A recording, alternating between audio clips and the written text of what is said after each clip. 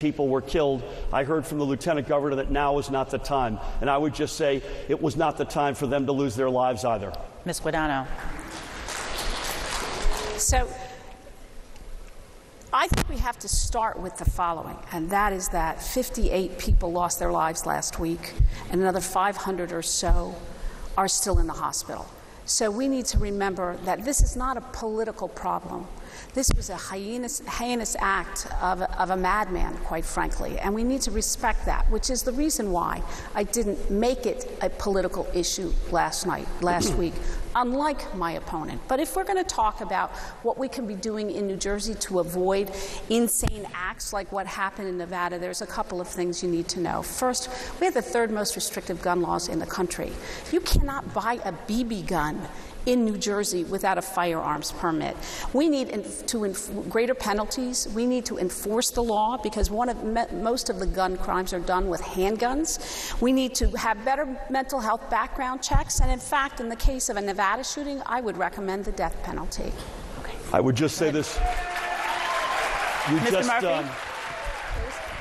just heard from someone who's got a rating of A from the NRA. I am proud for the first time in my life to have been given an F by the NRA.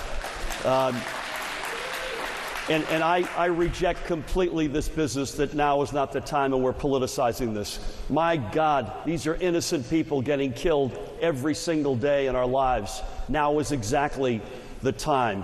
And I would just say the Lieutenant Governor only moved last week after the NRA, of all people, said they would be willing to ban these so-called bump stocks. We've got to get that law on the books in the state. 50 caliber weapon laws. Even if we save only one life, it will have been worth it. Ms. Guadagno. You know, I've been a federal prosecutor, a state prosecutor, a sheriff in Monmouth County. No one knows better how to protect people in this state than me.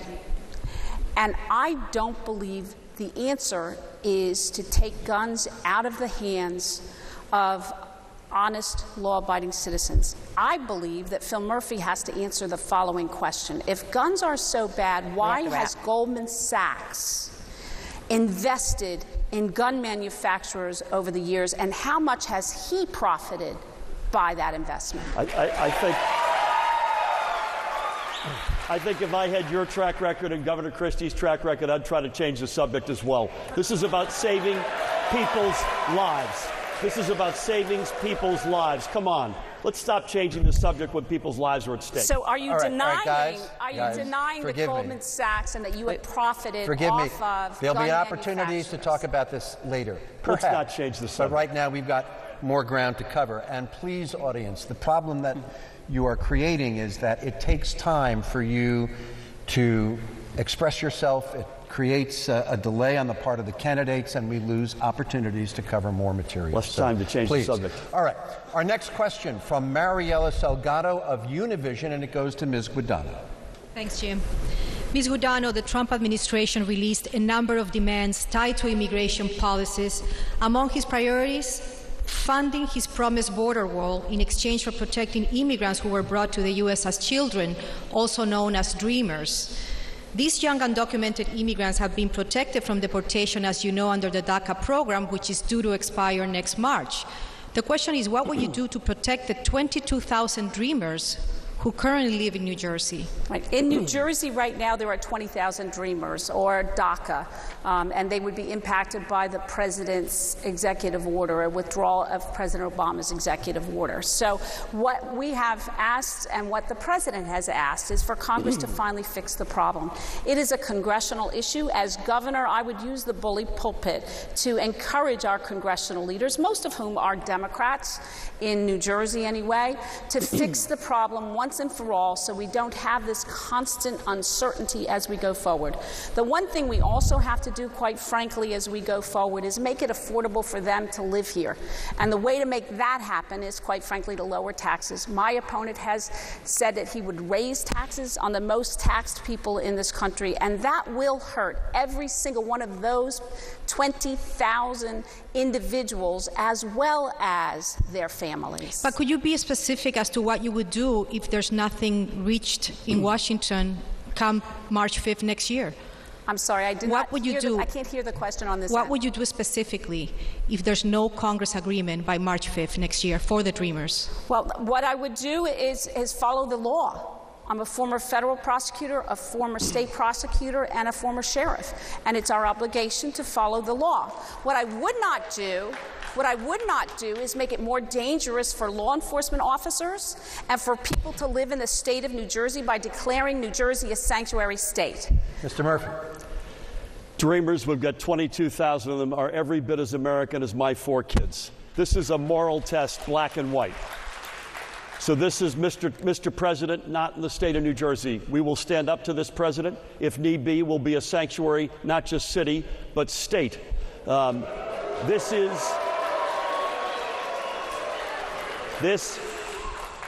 is America. The America I know is the poem at the base of the Statue of Liberty written by Emma Lazarus in the 1880s. We open up for all to come here.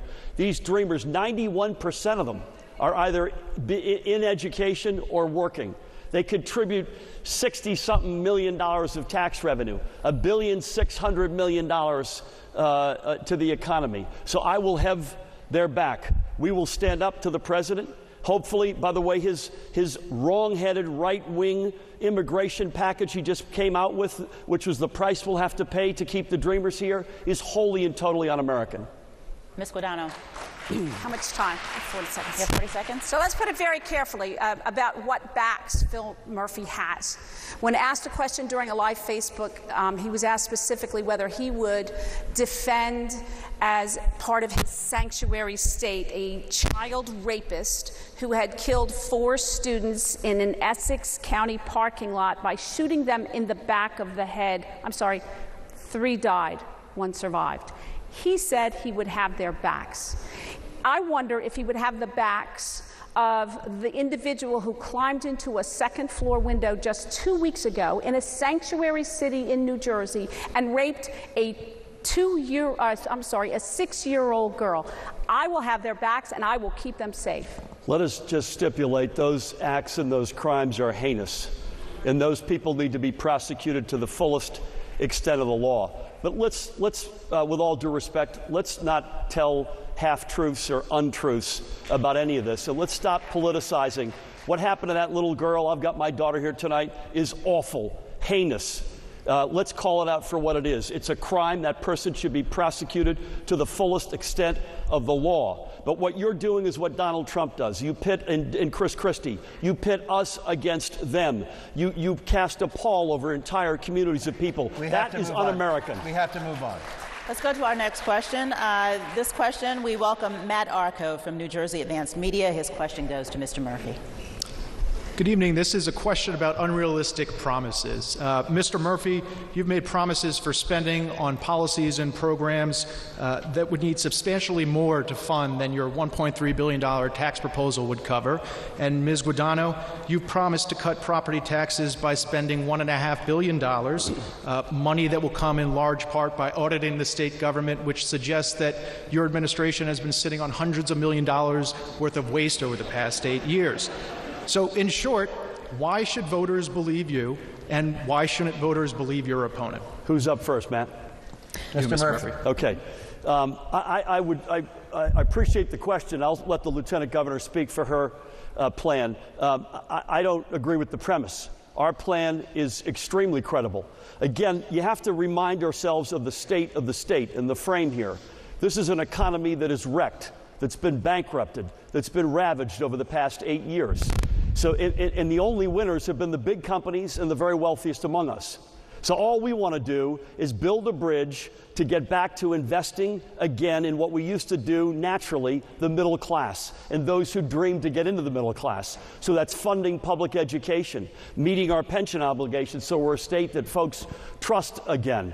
And that as we grow our economy, by the way, that's the other problem. Not only are we profoundly unfair at the expense of the middle class, we don't grow. We've left, by any average comparison over the past 8 years, $20 to $50 billion of economic activity on the table. I want to present myself as someone who understands how you grow a sophisticated economy in the 21st century, and that's real revenue to fund the sorts of programs you're asking about. Ms. Guadagno. Well, really, quite simply, Phil Murphy can't keep the promises that he's made, and it's been reported that anywhere from $5 billion to $35 billion to $65 billion worth of entitlements have been proposed by the Murphy campaign, and it is simply unrealistic. What we need to do what I will do as governor is address the number one problem that is facing people in New Jersey. And you can poll anyone in this room and anybody at home. The number one problem facing all of us is property taxes. So let's deal with the problem that faces them. $1.5 billion is what we estimate it will cost. It will save the average taxpayer $800. That may not be a lot of money to Phil Murphy, a Goldman Sachs multimillionaire, but that's a lot of money to the people in New Jersey who I've met over the last 8 years. They need that help, and they need that help now. May I say, Matt, let's make sure we're having a discussion based on facts and evidence and the truth. So you're proving, Lieutenant Governor, along with Governor Christie, that you were Trump before Trump was Trump. The numbers you just referred to as it relates to our plans have no basis in reality. I want to make sure everybody gets that. Number two, your plan's an interesting plan. You've been alongside Governor Christie every step of the way for 2,821 days. If it's such a good idea, where have you been? May I? Yes. In the last time a Goldman Sachs governor ran the state of New Jersey, we had 9.8% unemployment. And when this governor asked me to be his first, I'll start over, please. Those are your folks. Well said. I'm sorry, the seconds are ticking away.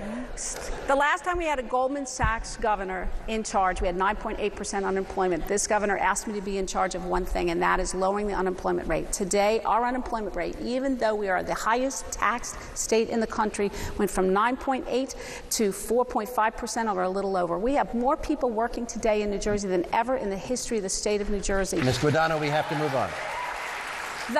The problem is people can't afford to live here. I'm sorry, forgive me. We have to move on. May I respond to that? Our next question comes from a Rutgers University student. His name is Chinedu Onyemeobi, and he has a question for Ms. Guadagno. Good evening. Good evening. As a student graduating in May, many of my fellow students are concerned about employment opportunities. This state has a history of students leaving New Jersey for better paying. I'm sorry, I can't hear. You're having a hard time hearing. I can't hear the question. We can't hear the question. All right. Sorry, I don't want to be rude. Chinedu, why don't you just walk right up to there Ms. you go. Guadagno? I'm all right. Come on, Chinedu. I don't bite, baby. How are you? I'm kind of tied in here, so. Okay. Just do what you have to do. Here, come a little closer. Here we go. Speak into the microphone. Make sure they both can hear you, because they'll both answer you. Careful, my husband is in the front row. Can you hear, Phil? I can hear. All right. Go ahead, guys. As a student graduating in May, a lot of my fellow students are concerned about employment opportunities. This state has a history of students leaving New Jersey for better paying jobs in school.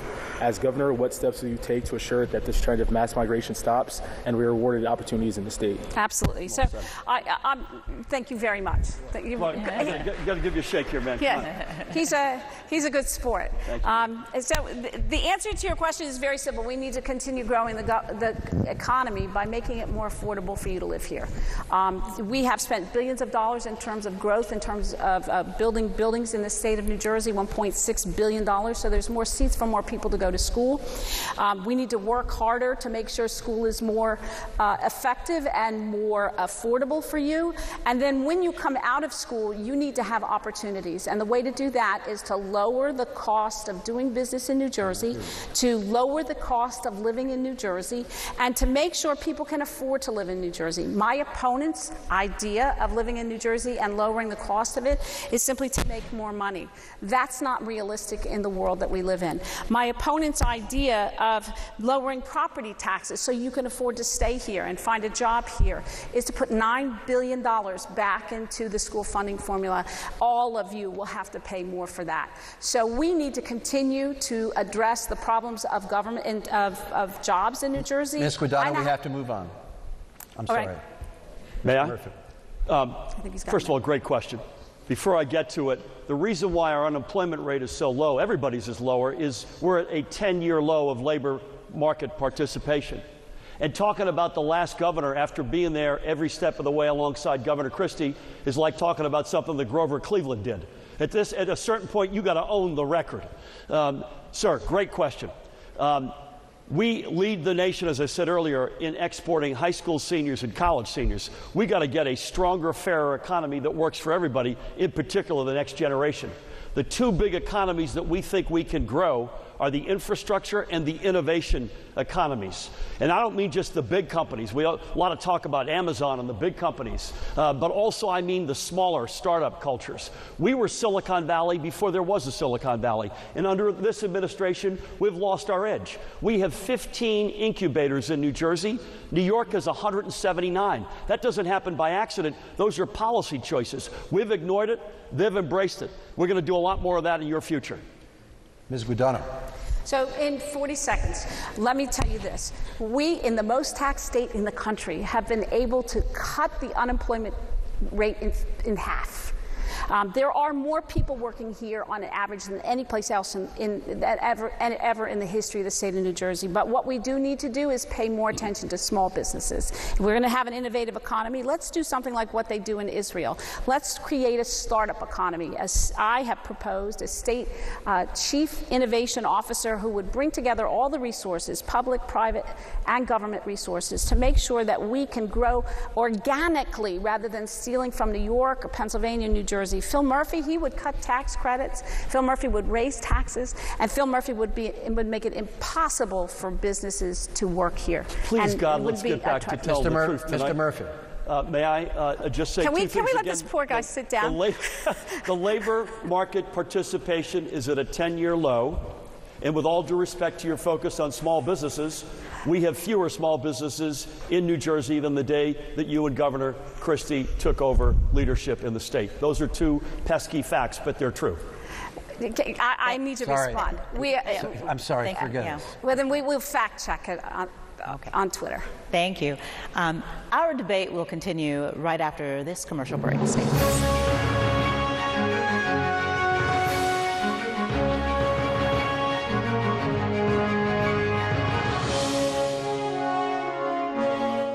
Show us how great you look in pink using hashtag 6ABCGoPink, because wearing pink this month is a reminder that no one walks alone in the fight against breast cancer. At Abington Jefferson Health, our top doctors and specialists walk with you every step of the way, from diagnosis to treatment to recovery. Our team of experts are committed to helping you get healthy and stay healthy. 6ABC, beating the odds against breast cancer. Sponsored by Sidney Kimmel Cancer Center at Abington Jefferson Health. Meet Steve Sweeney. He's a double-dipping pension patter. Double-dipping pension patter? He had 2 government jobs, 2 paychecks, and padded his pension along the way. He's a double-dipping pension patter. Now he's making over $300,000 a year as a lobbyist and a senator. Double-dipping pension patter. So he's all set thanks to you, the taxpayer. Which is why Steve Sweeney had no problem voting to raise your taxes 145 times, including the largest gas tax hike in history. Sounds about right, coming from a double-dipping pension patter.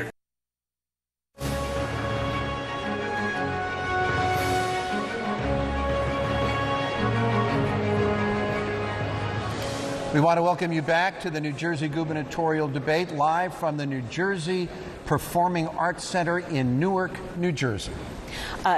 We're going to start with a question for you, Mr. Murphy. Let's talk about a topic that's been making major headlines today.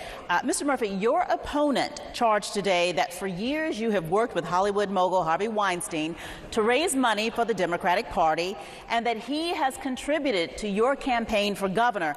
Now, in several press reports, Mr. Weinstein has been accused, as we know, of sexually abusing a number of women over a period of years.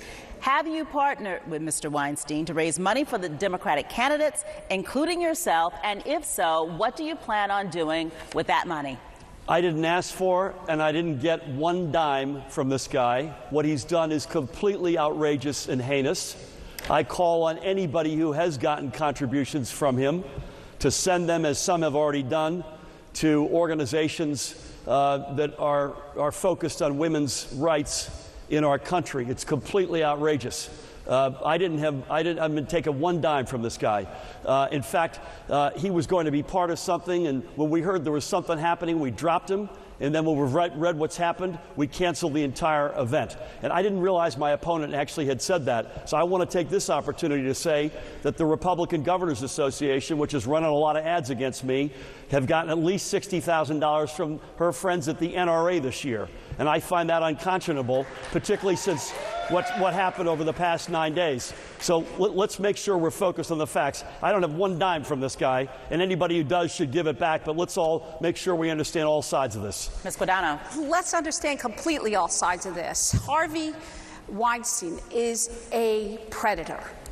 And I have to take a second to applaud any woman who stood up under the pressure of the public and called it for what it was, which is a predator. He's an awful, awful man. And I think we should applaud the women who were brave enough to do that, and any other woman who has been victimized by him or anybody else should stand up and say what has happened to them so that we can bring it into the light. Second, I want to call Phil Murphy a coward. Phil Murphy didn't start to talk about Harvey Weinstein until after my campaign today listed the tens of thousands of dollars that he raised as a part of his position as a finance chair for the DNC. Shame on him for not coming forward earlier and helping those poor women. He's a coward. I literally have no idea what she's talking about. Sorry. Our next question. Yeah. Our next question, you're going to have to wait to find out a little bit. Our next question comes from John Mooney of New Jersey Spotlight, and it goes to Ms. Guadagno. I'm over here. Thank you. Hi, everyone. This is a question about education. The fact that New Jersey has more than 500 separate school districts has been a point of debate and discussion for decades. Yet in the face of home rule, little has changed in trying to consolidate them, despite arguments that it could significantly reduce property taxes, not to mention potentially bridge inequities and racial segregation in our state. What, if any, specific steps, and I underline specific steps, will you take as governor to address New Jersey's multitude of districts to promote consolidation and regionalization? Well, the very first thing we have to do is deal with the property tax problem. And then we do that through our 5% plan, and then we also do it by reevaluating the school funding formula. The second thing, those are two specifics. The third thing we have to do is consolidate K through 6 districts with the 7 and 8 districts, and then also in some places where it's appropriate, the high school districts. The Gannett papers estimate that could save in terms of administrative costs billions of dollars, which, by the way, could pay for my 5% plan. Those would just be 2 or 3 ways we could immediately address consolidation. If you do this, we've done it in Lake Como, we've done it in Belmar, we've done it in Washington Township and Washington Borough. You can either force it or you can do it by agreement, but with the 2% cap, if it stays in place, if I'm the governor, it will force consolidations. And I'm sure then we will all save a lot of money. I'm shocked that the Lieutenant Governor worked property tax into your answer. A Marco Rubio moment there for me. The reality is, the sad reality is that we are the most segregated, among the most segregated states in the nation. And there are many reasons, but the 2 principal reasons are underfunding public education. I know folks don't want to hear that, but that's ripping it out of the hide of the middle class and the folks who dream to get into the middle class. I grew up working poor. My dream in life was to be comfortably in the middle class. So underfunding public education and kicking the affordable housing can, unconscionably in my judgment, down the road through the courts over the past 8 years. So with all due respect, getting those 2 policy areas into the right place and funding them are a big reason to get a big way to get out of the segregated state we're in. I think you can incent school districts and communities to share services as opposed to hit them over the head with a stick. I believe that actually can be done and will be done if we get there. Ms. Guadagno. I think we have to demand that school districts do it, and not just school districts. I mean any public service. Towns should consolidate, police departments should consolidate, fire departments, career fire departments should consolidate. Anytime we can streamline government, we should do it, and we should do it now. Because people in New Jersey cannot afford to continue to pay the ever-increasing cost of property taxes. Under Phil Murphy's plan, he's going to not sign the arbitration clause. He's got all the facts he needs to make that decision now. We should demand, the people of New Jersey should demand to know whether or not he's going to sign that arbitration clause, because if he doesn't, you know, taxes are going to go back to the rising that we saw under John McGreevey, a 7% rise every year. Mr. Murphy. May I just say again on consolidation, and this is a big opportunity. Where have you been? 2,821 days. You're there. I'm trying to get there. You're in the seat. And there is a real opportunity. We actually have put together a plan where we would have a shared services and potentially shared district czar. It would take two parties that were willing to look at it, would fund it, and if they wanted to execute it, Mr. Murphy, we have to leave it there. Tony? Thank you so much. Our next question comes from Twitter. It's the question to Murphy on transportation. This is from Renaissance Dues, and that person wants to know, how will either of you reform New Jersey Transit and the Port Authority? And we add to that, critics say the system is mismanaged and in need of upgrades. What would you do to fix this? Would you be willing to raise fares? And we will start with Mr. Murphy. The answer is there's no reason to raise fares. But let me just frame this with the following observation. You would think, you have to look at the hand you're dealt as a state. You would think that if you're dealt the following hand, fourth smallest state geographically in the country, the densest state in the nation, sitting beside the largest market in the world in New York and one of the largest in the country in Philadelphia, the one thing you'd get right if you screwed everything else up would be commuter rail. Apparently that's not true, and we shouldn't be surprised because this administration, the Christie Guadagno administration, have made choices. They've underfunded NJ Transit by 90%. We need to get the funding back in. They've put folks in there to run it who don't have a background. Fares are up 36%. Tolls over the Hudson up 88%. Is your experience up 36%, I'd ask? We need real leadership.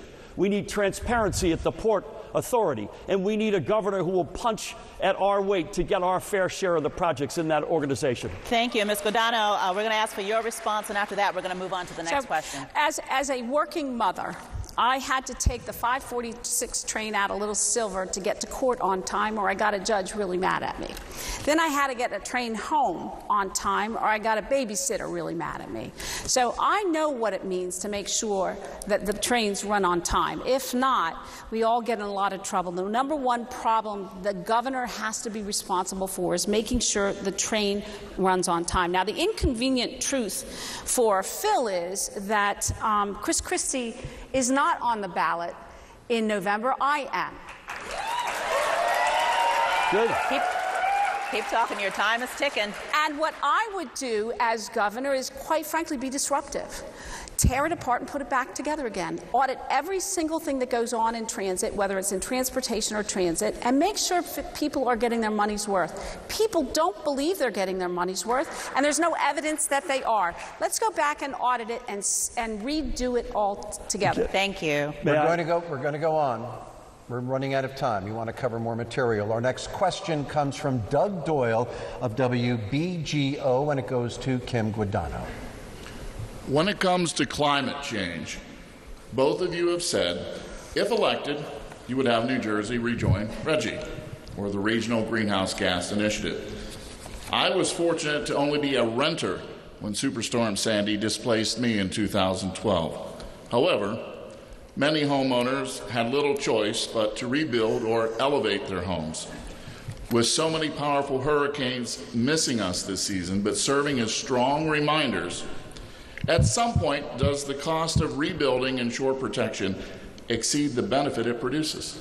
Yes, I think it does. To answer your question, I am a Sandy victim. I lost a third of my house. Both houses on both sides of me were destroyed by Sandy, so I know exactly what you're talking about. We do need to go back and reevaluate whether or not we're resilient enough, which is what we've been doing in places like Sayreville with the Blue Acre program.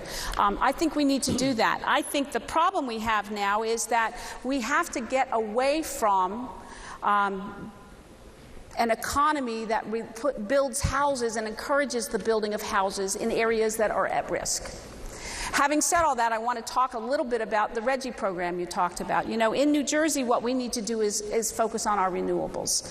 And the only way we're going to focus on our renewables is if we get together and start talking about the #1 problem in New Jersey, and that is job creation and the cost of living in New Jersey. We're not going to be able to bring an ecosystem to New Jersey to develop those renewables, to take the place of things like Oyster Creek when they leave, if we don't start making it less expensive to do business here. Thank you, Ms. Guadagno. Mr. Murphy. Whether it's the last question, Jim or Tony, on NJ Transit, or this very good question on Sandy and the environment, Chris Christie's record is your record, Lieutenant Governor. You've been beside him and with him every step of the way. We can't deny that. On this particular issue, on the environment, this is an administration that pulled us out of Reggie, that could have pressed the button and made us the leader in offshore wind in America, if not the world, and chose not to. We now have a solar industry that used to be a national leader, which has slipped. We've got huge environmental justice issues right here in Newark, as an example, with little kids who have 4 times the rate of asthma because this administration has turned their back on them. So we need an administration and leadership that understands how you do good and do well, how you embrace the environment, not just only to have a stronger state from an environmental standpoint, but a stronger economy. And the fraud and the letting down of folks, I've sat with them in Ocean County after Sandy is unimaginable. Thank you, sir. Thank you. Our next question is from Matt Arco from the New Jersey Advanced Media. He returns with a question for Mr. Murphy. Hi. Concerning marijuana, what does the state look like in the next 4 years under your administration? Are we talking about recreational marijuana shops up and down Main Street in the state? Are we talking about total decriminalization where police are no longer arresting for possession? Or can voters expect to see the state and the climate of where we are right now? In 4 years, what can voters expect to see under your administration? So, Matt, the most important frame in which we have to talk about legalization of marijuana is the social justice frame. And I say this as much as a former national board member of the NAACP. We have the widest white, non-white gap of persons incarcerated in America. We need comprehensive criminal justice reform. It's not the only thing we should do or can do, but low-end drug crimes is the biggest contributor to that disparity. So that's the reason we want to legalize marijuana, not because we can make money off it, which is the last reason. Secondly, I'm very happy that we're not the first state to have done this. To answer your question, we talked about this recently. Colorado, Nevada, Washington, Oregon, soon California. We'll have other models of states that have done some things smart and done some things that aren't so smart. How you regulate it. Do you take the liquor model as an example? We still have to work through that, but we got to get it done right. Not only do we need to do it for social justice, but it must be done right. Thank you, Ms. Guadagno. There's a very less intrusive way to solve the social injustice problem than legalizing drug dealers. And I'm wholly opposed to legalizing marijuana. Having said that, please keep talking. Your time is ticking. Having said that, I do believe we can decriminalize it, and that would solve the social justice issue that was just raised. And I also would expand the medical marijuana program. It's onerous, it's hard to work with, it's not available to those who it should be made available to, but the one thing I would not do is legalize a controlled substance and enable drug dealers in a state where we have 3 times the national average of overdoses as a result of drug overdoses. I would not legalize it just to raise revenue. May I just say, if forgive me. Okay. We have another question, though. The enrollment period for ACA begins November 1st. It was reported today in the New York Times that the Trump administration is slashing funds for New Jersey's enrollment counselor program. They're called Navigators, by 62%. That is one of the hardest hit states in America for this cut of this program.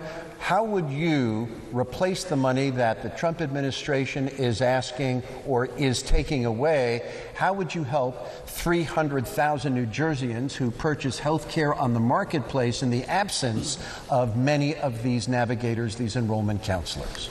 Well, we've actually added 530,000 people to the rolls, and it has always been my position under the waiver. It's always been my position that we should work very hard, no matter what replaces it and no matter what we call it, to be sure that those 530,000 people don't have the rug pulled out from under them. We need to make sure that they get to pick their doctors, and we also need to make sure it's affordable for them. So our congressional leaders have to go back to Washington, like I would go as governor, and fight for what is entirely ours. We're a donor state. Phil Murphy, on the other hand, well, he's a single-payer advocate. He has said that he believes that the government, in particular Trenton, is in a better position to pick your doctors than you are. I don't know about you, but I think that's a disaster waiting to happen, not only because I want to pick my own doctors, and I believe the public that's listening today do too, but also because it's so expensive. If I had your track record and Governor Christie's to run on, I'd make stuff up too. That includes your comment about single payer. Medical, you also mentioned medical, marijuana, Lieutenant Governor. You've been there every step of the way. I visited a dispensary 3 weeks ago in Woodbridge. You and Governor Christie have gummed it up and made it really hard for people who are really sick to get the medical marijuana they need to make their life better. That's part of your responsibility. As it relates to health care, President Trump has been wrong on the Republican leadership in Congress at every step of the way. The Affordable Care Act is highly imperfect. Even Barack Obama would say that, but it's made a huge impact on this state. 800,000 people with health insurance, many for the first time. 3.5 million people with pre-existing condition, just to cite two populations. We have to do everything in our power to push back against this wrong-headed president, wrong-headed leadership in Congress. New Jersey, again, as I mentioned earlier, if that law were to go through, we're victim state number one. We need a governor with a steel backbone. Mr. Murphy, thank you so much. Our debate will continue after this commercial break.